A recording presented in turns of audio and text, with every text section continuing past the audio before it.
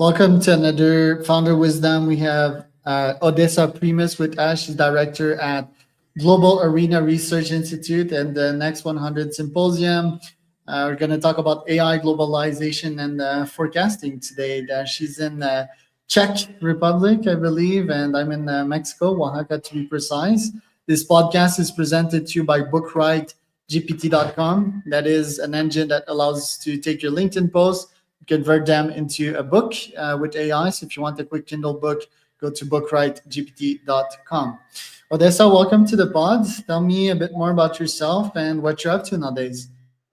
Well, I'm in the Czech Republic. I'm currently in a forest. Right now, what we do at Global Arena Research, well, let's call it Gary, let's shorten that.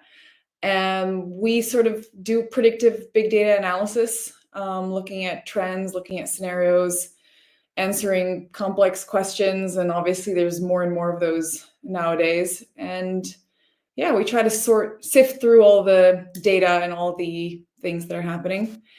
And other than that, I do a lot of behavior science stuff, and big fan of cats.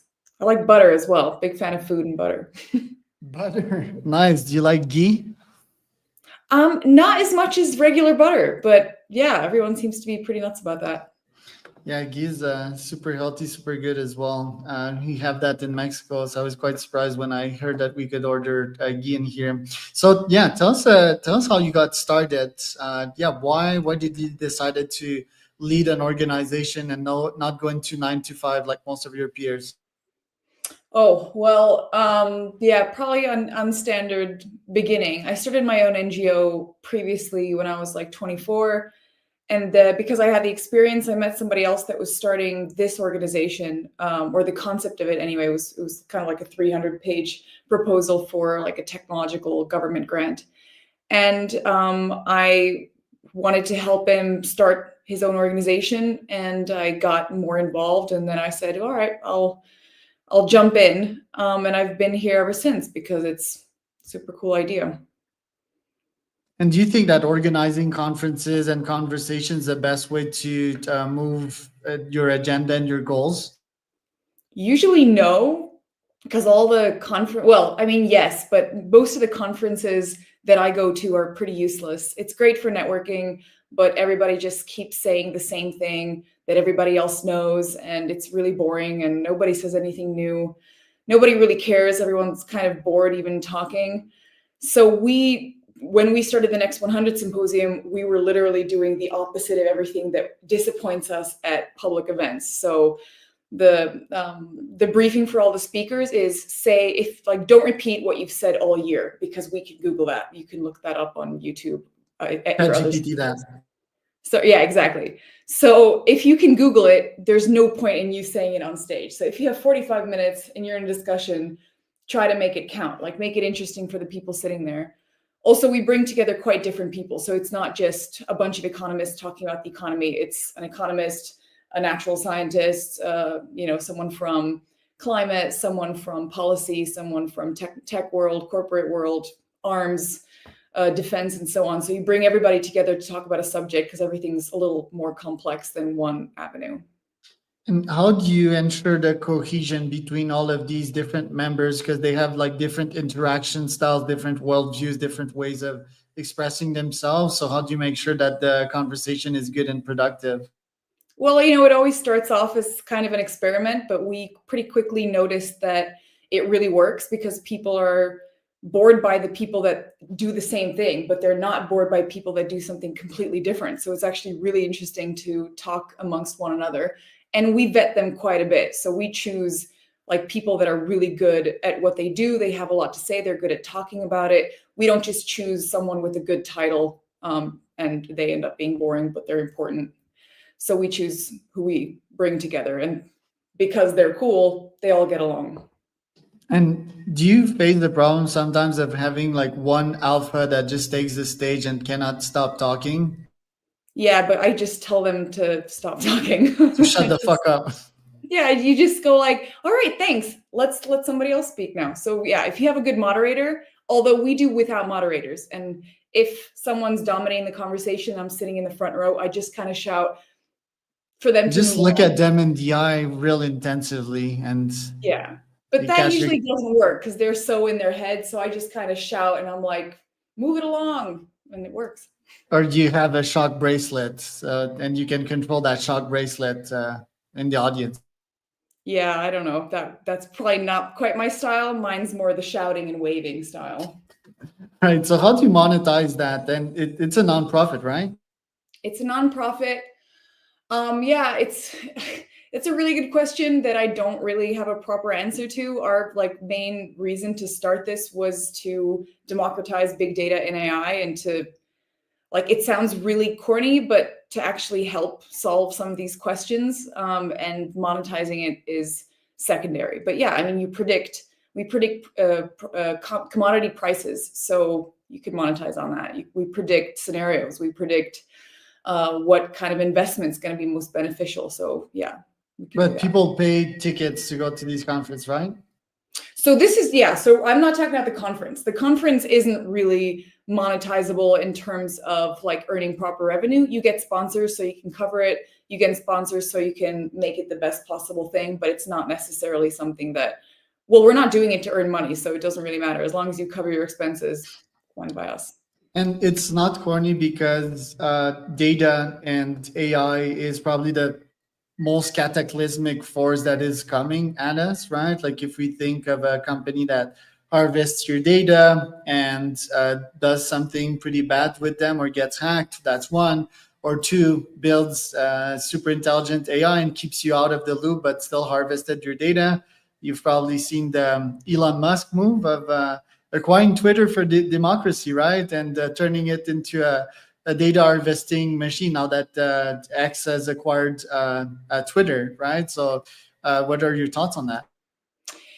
Very different. So a lot of people like talk about AI as if it's this one big thing, but AI is mathematics. You don't talk about mathematics as one big thing, the same as when you're doing your profit sales and margins in a company, when you're ordering groceries into your grocery store, or when you're mapping out weather for the next 2 months to map, high risk potential climate situations. It's all mathematics, but you don't put it all into one group. Same thing is with AI. It's just technology people use for different purposes. So I don't like to talk about it like this big scary thing because it's literally just a tool that you can use. So behind every AI is a human that wrote the code. And if the code says, be kind to humans, or if the code says, try to make this material the most extreme possible so that everybody gets scared, but that's what they like to watch, then that's what's going to happen on Twitter. But that's entirely up to whoever's managing it. The problem with social media is that everyone's really addicted to it and they want to stay connected. They want to read scary stuff. So he's just taken advantage of that, and people should be more informed about being addicted to it. But that's literally people's problem rather than him, I don't know, coming up with some really scary AI. People can just find out about it and it's their choice to be there.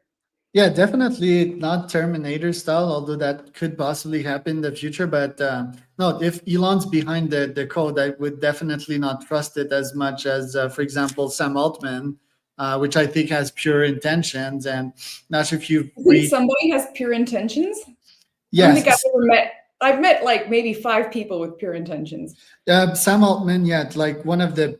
I mean, the thing with OpenAI was starting as a nonprofit, and it had Brockman and Sutskever when they started. I think Sutskever was the one with the purest intentions of all 5 or 6 co-founders. Really much paranoid about AGI being a thing because he's the most technical guy, and I guess he's thought about these things. But I think that stuck with Sam Altman. I think he's still down for the nonprofit thing. I don't think it's bullshit. And I'm not sure if you've checked, like, yeah, the OpenAI deployed a press release with like the interactions they had with Elon when Elon was on the board technically, and it was pretty bad. Elon didn't give a shit about AGI going wild, right? He just wanted control over it and a power play here. And now he's doing that with Grok. And yeah, I would definitely not be bullish on sharing my data with Grok as much as I would be with OpenAI. Is what I mean, sort of. I'm a big fan of OpenAI. I use ChatGPT like every day for everything. Like literally loads of stuff. So I love ChatGPT. I love how it works, and it really helps me all the time. And yeah, so it depends on what you're using it for, what the data's. I mean, we don't know where the data's going through ChatGPT. There's no proof of all the stuff that I write into it that it doesn't get used by other companies or by OpenAI or by anything really, or that it gets used. Oh, it's getting used by OpenAI for sure. Yeah, training data, but Yeah, not of by course. other companies. That I can guarantee you.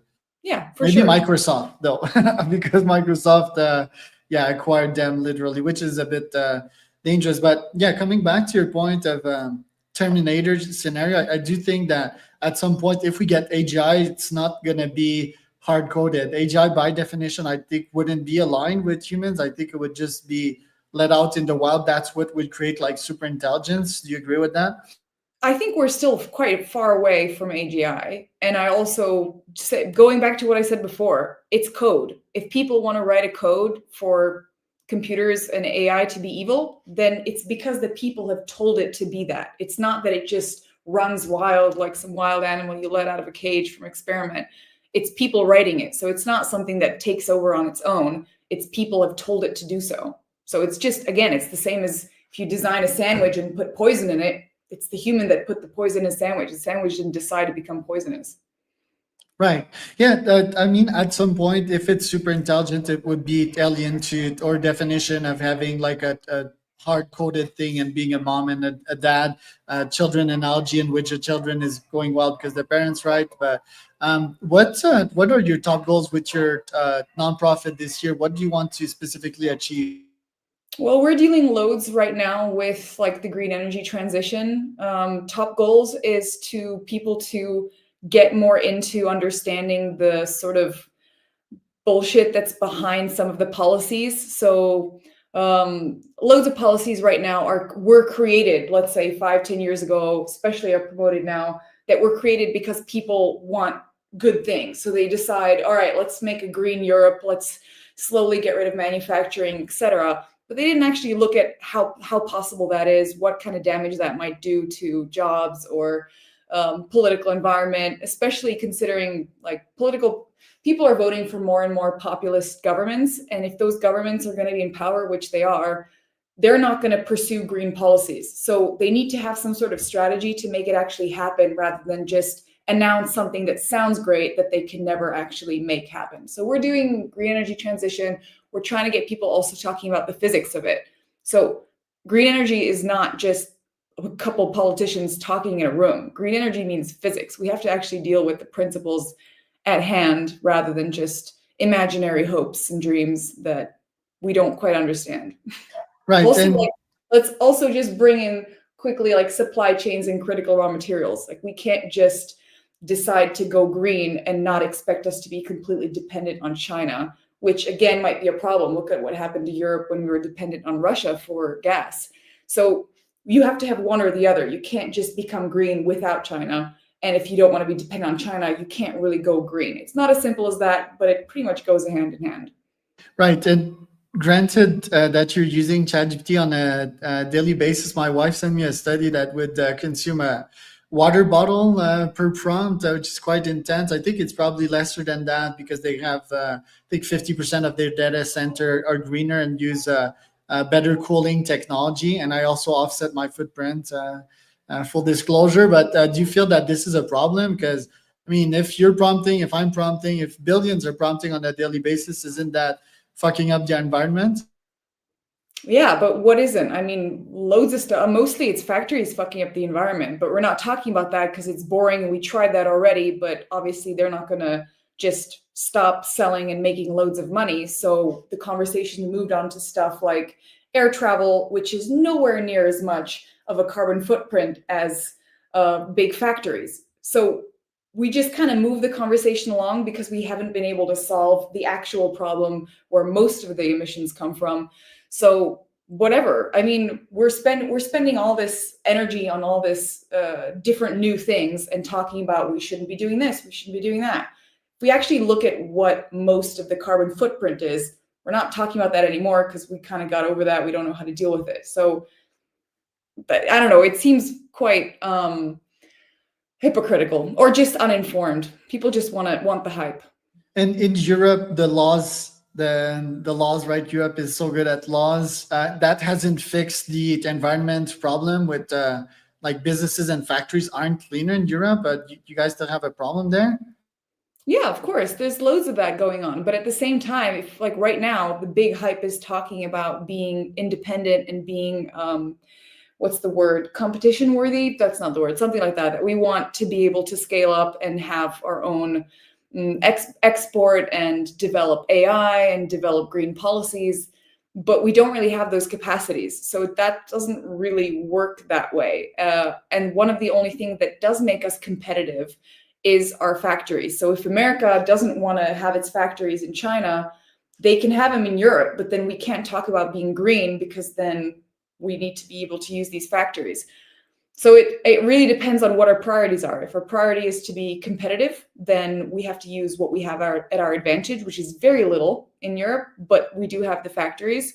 But if we want to be green, then we have to get rid of those factories, and we're no longer interesting to America in a competitive economic environment. So people need to choose their priorities and stop being completely delusional about the reality of it. Right. And aren't tariffs blurring that full conversation? Yeah, but like you can see Trump decides about tariffs. A couple weeks later, he decides to lower the tariffs or change them. So you never know what's going to happen. I mean, America's got a really volatile president in terms of decision making. So we have to be able to be prepared for multiple scenarios. And he told us what he wants to do during his campaign and during his previous presidency. So we can kind of plan on all these different possible outcomes or decisions he might make. But we don't really have a lot of leverage. So it's not like we can really properly decide or become completely dependent from America because we don't like their president. Or if we do, we can't really make those decisions because we're totally vulnerable. We don't have much to offer. Right. And do you feel that Europe is over legislated? Do you feel that this is sort of harming the startups if you compare with the Silicon Valley model?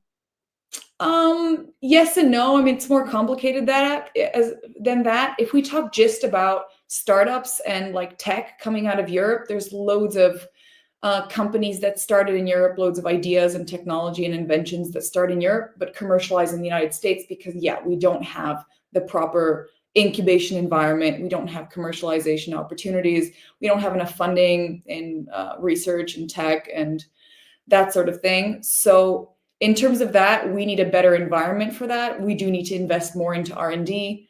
And yeah, companies go and commercialize in America because it's much quicker and a much better opportunity, and that's a problem. Doesn't mean that's over, there's too much legislation. There is a lot, but a lot of it does make a lot of sense. But in terms of like new technology and startups and companies, we don't really have a proper environment for that in Europe, and it should be better. Right.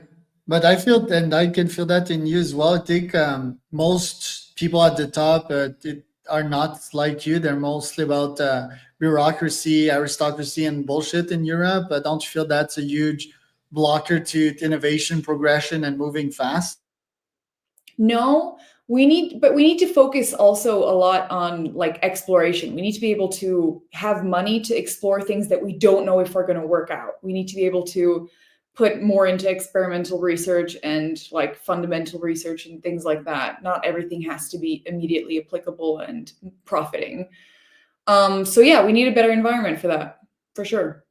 And yeah, the rules around it, I don't know, it's difficult. It's kind of like a dilemma. You want to be able to do things safely, and you don't want things to just fall apart immediately after their invention. But at the same time, you need to have freedom to start inventing these things. So maybe some sort of grace period of experimentation before all the bureaucracy starts falling on people's heads.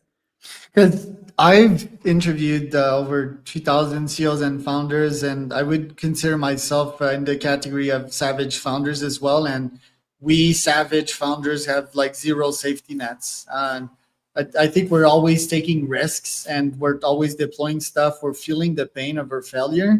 We don't have like money cushions, right? And because we can feel that pain and iterate almost instantly, we progress 10x to 100x faster than a startup that has been funded. By the way, I'm from Canada, and in Canada, it's quite on the socialist side of things. And I've had these startups with 100K plus grants, then these startups went straight to the ground. And technically, I wasted taxpayers' money. So what's your take on that? You need to be able to experiment. Obviously, it's good if the countries have a priority. So let's say we'd love to be funding stuff right now in defense. Obviously, we're like, there's a war right at our doorstep. So they do have a kind of a let's say a focus now, maybe not necessarily for startups, but generally for funding. But usually what happens if there isn't a critical situation is that they kind of diversify way too much into what they want to fund, and they experiment with loads of different things. They don't focus on one thing. A lot of the funders don't really understand what they're funding. So if it is technology, or if it is research and innovation or development of science and technology, you need people that understand it. And there really aren't that many people, not that many people in bodies of funding that do get it and see where it can lead. And how does it feel to be in Europe right now? You said like a war is just at your door. Is it like a tense environment? And what's the reaction of Europe to that? Because in the end, the war is still raging, right? It's a very complex topic. By the way, you also have like a war down south in Israel, so it's a bit tricky, right? Yeah, it's tricky. I mean, I think people generally do feel some sort of level of being afraid, and it's legitimate. Most people don't really understand it. It's not like they really explore what the threat level is, I've what never might. felt it also like physically, right? Yeah, well, young people haven't. Obviously, here in the Czech Republic, we had communism up until '89. People were going to prison. People were afraid all the time, and they weren't free to do things. And that's still left over in most of my friends experience that. But yeah, my generation and younger, they just feel like the world is safe. Their opportunities are endless. If they can't go to university in the Czech Republic, they'll go to the UK. They'll go to America. If they feel afraid somewhere, they can just go somewhere else. And I don't think they really understand what war could look like, especially because war changes all the time. And nowadays, there's a lot of cyber war happening, a lot of cyber terrorism. There's drones that weren't around before. So yeah, there's a lot of new avenues that younger people don't quite understand. People are afraid, but I'm not sure that there's so many common people that don't directly deal with the issues at hand that are, let's say, not in the defense sector or in the political sector, that I don't know how much they're going on with their lives. They're still watching Netflix and going to the cinema and planning a trip to Egypt for a holiday. So I don't know. I don't think I'm in the right position to assess that. I'm not a demographic person. Yeah, and why would they not, right? Because I think most people seek to ease the pain. Life is already hard enough, like just like getting a job, right, and starting a business is like extreme mode. Question for you: Why are you that way? Do you feel like communism still has shaped your worldview, your mindset, and it's like never again? Like, why are you that way? Why are you like feisty is not the word, right? But you have that flame in you and slash chip on their shoulder, just like I do. I feel. So why are you that way? Well, I wouldn't want like to appropriate knowing what communism was like. I was born after the fall of communism, so there's no way that I experienced it. I went to Cuba for 2 weeks, and that was pretty weird. But other than that, I haven't experienced personally communism. I mean, I'm feisty because I'm really disappointed at how unseriously we're taking these things. Governments need to take the reins much into stronger hands and really start looking at the options that they have and start to make changes so that what they want to be able to do can actually be realistically done. And they're not necessarily doing that. Right now, yeah, there's a big hype of investment into defense, which is really good. That's being taken seriously, but because we've been forced to. Previously, there was always this potential threat of different things. And now, I mean, one thing that is real, maybe not the imminent threat of actual war violence here, but food prices are up. I mean, loads of things that were previously completely easy to get to are now super high. So everyone's struggling financially at every level.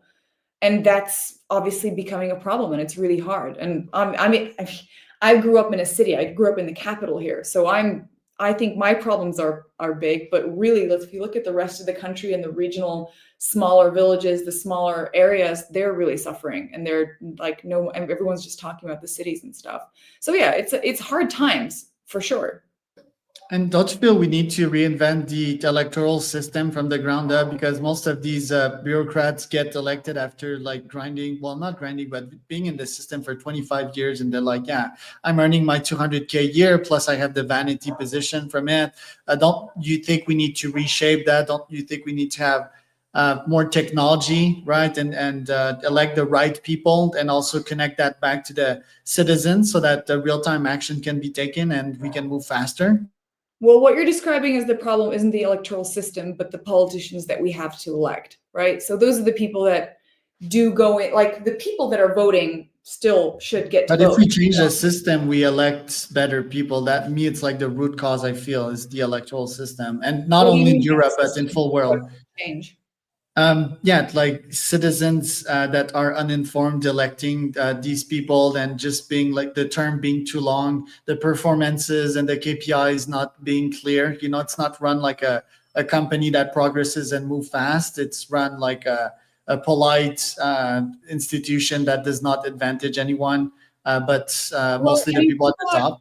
people have different priorities in terms of how they vote. A lot of people outside of the cities vote because that politician came to visit them and they actually showed some interest, whether it's fake or not. They showed they were there. They talked about their actual problems. They had some notes written down by their, research assistants to say in different parts of the. This is why in the Czech Republic and in most places people do vote populists, and we've had terrible prime ministers and presidents until recently. And that's why, because those guys, they go to the villages and they say what the people want to hear. Populists say what people want to hear. So rather, we should be able to, the politicians, I think social media is a big problem, because instead of a politician doing his job, he's posing for his Facebook, Twitter post, whatever, describing every single part of his decision-making process instead of strategizing, making a decision, seeing what the public think about it. Not every single day, not making sure you have a great haircut. That's become a problem. But that's also the fault of the people. If people like these tweets, the politicians have to respond to that. So it's like a vicious circle. It's not necessarily the fault of corrupt politicians or elite politicians or uninformed citizens. This is a loop that we've created ourselves. Yeah, it's like real KPIs. What have they done? What are their psychometrics? How's the market changing? Do they have a probabilistic chance of making a change? I think AI could really well predict that. I think informing citizens, yes, naturally they can have ChatGPT on their phones and have a true GPT prompted in there to see like if they have high odds of achieving or not, right? I think that could be helpful in directly linking a vote on their phone. Like, hey, do you want that? Hey, do you want to keep track of that project? But yeah, the politician curse is worldwide, right? They sell things, but when it comes time to implement, the victory is like 80% serotonin of when they've been elected. They don't have like a clear mechanism to derive actions after they've been elected. Last question for you. I believe you're world shaper, whatever that is. There's a lot of people that are talking shit against WEF, right? Awful. Yeah, Yeah, Web what is complete bullshit. it Absolutely. is, it is. Yeah, yeah. Well, Including the young leader.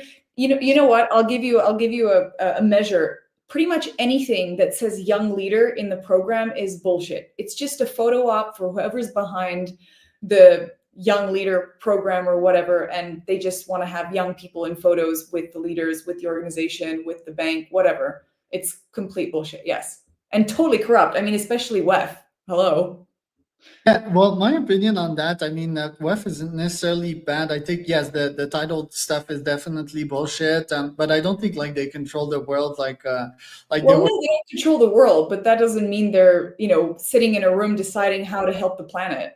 Yeah, are they impactful? Because I mean, they did change some pretty significant stuff. They did have like some pretty bad fuck ups, right? I think the Look, Monsanto stuff. anyone with money is always going to end up on top anyway. I mean, they can have a PR nightmare for a while, but there's still the people behind huge organizations that don't really necessarily have to care if there's going to be some sort of PR fuck up. So that's not really. They might suffer for a little bit. People might talk shit about WEF and these big organizations like BlackRock and stuff. But let's be honest, they have the power anyway. Yeah, BlackRock's quite interesting. They own a lot, a big piece of the world. And yeah, as a matter of fact, like the power and how it rolls. Odessa, where can people find out more about you? You can go to globari.org or just Google Gary Global Arena Research Institute. We have a LinkedIn page where we post some stuff. And yeah, just get in touch with us. If you need any kind of big data analysis, whether it's future scenarios or commodity price predictions, that's kind of what we do. Like what you said before about the politicians knowing actually what kind of progress they're making, that's the kind of thing that we do. And we use AI for it because there's so much data. It was Odessa Primus and